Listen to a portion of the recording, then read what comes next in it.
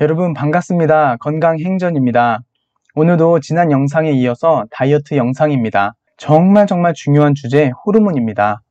요즘에는 호르몬 다이어트라는 말이 나올 만큼 호르몬에 대한 이해가 있어야 건강해질 수 있습니다. 건강행전.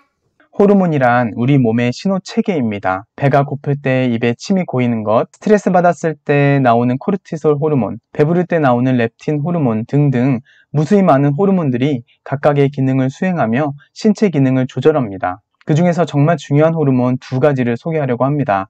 바로 인슐린과 성장 호르몬입니다. 이 두 호르몬만 잘 이해하신다면 살은 물론이거니와 매우 건강한 몸으로 바뀝니다. 건강행전. 먼저 인슐린입니다. 인슐린은 별명이 있는데 일명 지방 저장 호르몬이라고 불립니다. 네, 지방 저장 호르몬이요. 인슐린이 나왔다 하면 살이 찌는 것입니다. 살이 찌신 분들, 특히 복부에 배가 나오신 분들은 무조건 인슐린이 높다고 보시면 됩니다. 한 명도 예외가 없이요. 그러니 살을 빼려면 인슐린이 안 나오게 하면 되는 것입니다. 간단하죠? 어떻게 하면 인슐린이 안 나오게 할 수 있을까요? 인슐린은 양이 적든 많든 음식을 먹으면 무조건 나옵니다. 인슐린이 나왔다는 것은 우리 몸의 대사 과정에서 살을 빼는 호르몬들, 즉 에너지를 태우는 모든 호르몬들의 작용을 멈춰버립니다. 음식이 들어왔으니 저장 먼저 시키자고 담합하는 것이죠. 곧바로 몸을 저장 모드로 바꿔놓는 무시무시한 호르몬입니다. 일당백이라는 호르몬이죠. 비만과 다이어트의 줄다리기에서 일당백의 역할을 하는 그런 호르몬입니다. 우리 신체 구조가 그렇게 설계되어 있습니다. 나중에 비상사태를 대비해서 일단 무조건 저축하자는 것이죠. 이것은 생존 본능이고 자연의 섭리입니다. 건강행전.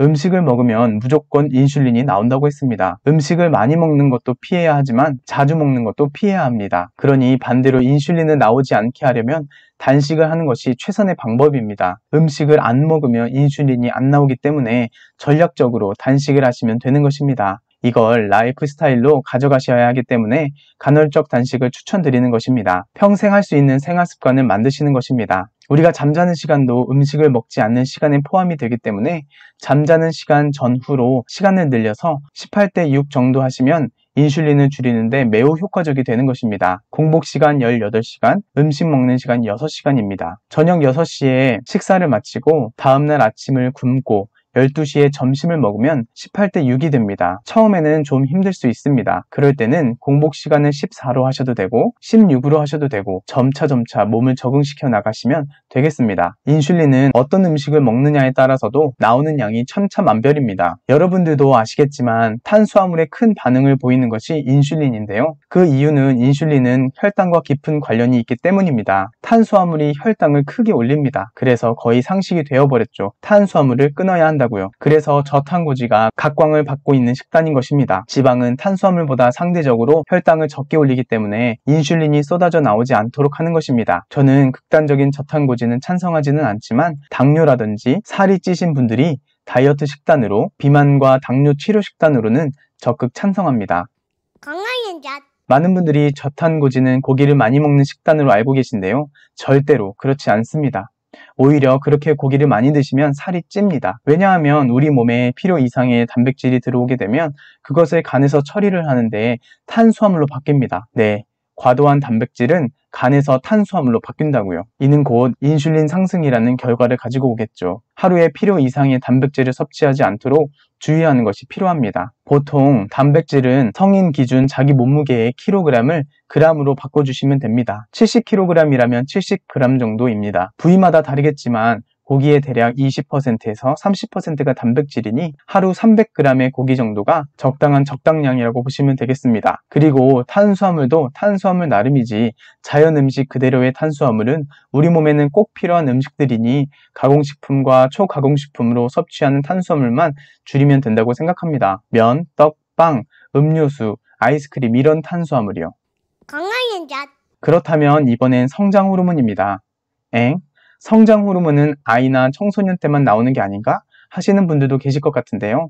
아닙니다. 다 큰 성인들도 이 성장 호르몬이 나옵니다. 성장 호르몬은 단지 우리 키가 커지는 호르몬이 아닙니다. 성장 호르몬은 다이어트와도 매우 밀접한 관련이 있는데요. 지방 대사를 촉진하기도 하고 혈당을 조절하기도 하는 등 매우 중요한 호르몬입니다. 게다가 성장 호르몬은 우리 몸의 염증을 줄여주고 몸을 치유 및 재생시켜주는 호르몬입니다. 인슐린과는 반대로 빨리 몸에 성장 호르몬 주사라도 넣고 싶은 생각이 들지 않으세요? 주사로 넣지 않아도 성장 호르몬을 충분하게 나오게 하는 방법이 있습니다. 간단하게 몇 가지 소개해 드리겠습니다. 첫 번째로는 성장 호르몬은 수면 중에 가장 많이 분비가 된다는 것입니다. 두 번째로는 단식 상태에 가장 많이 분비가 되고요. 세 번째로 고강도 운동을 할 때 많이 생성이 됩니다. 세 가지 중에서 가장 중요하다고 생각하는 두 번째 방법에 대해 이야기해 보도록 하겠습니다.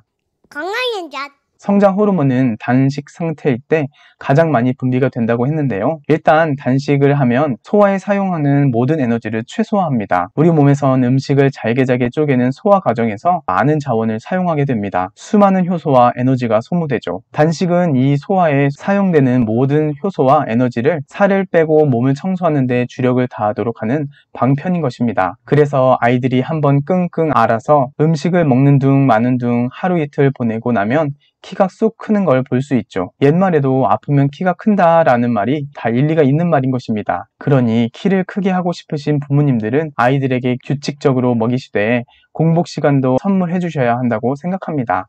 건강한 자, 그러니 잠자기 최소 4시간 전에는 모든 식사를 마치시고 살짝 배고픈 상태에서 잠을 자면 자는 시간에 단식 효과를 한 번에 보실 수 있습니다. 성장 호르몬을 주사하는 것처럼 몸의 회복이 일어나 그 다음날 최고의 컨디션으로 일어날 수 있을 것입니다. 잠을 자기 전에 무언가를 잔뜩 먹고 잤다면 잠은 잤지만 밤새 야식을 소화시키느라 몸은 더 피곤하고 붓고 살도 찌는 몸이 됩니다. 건강한 자, 오늘의 키워드는 호르몬이었지만 제가 생각하는 오늘의 키워드는 절제라고 생각합니다. 먹고 싶은 유혹이 있지만 절제하고 먹고 싶은 음식이 있지만 건강한 음식으로 바꾸는 절제가 필요합니다. 성경에 보면 성령의 9가지 열매 중에도 이 절제라는 열매가 소개될 만큼 절제는 우리가 길러야 하는 인품 중에 하나라고 생각합니다. 절제는 힘들지만 그에 따르는 보상은 매우 유익합니다. 특히나 건강에 있어서는 더더욱 유익하다고 생각합니다. 이상 건강행전이었습니다. 고맙습니다.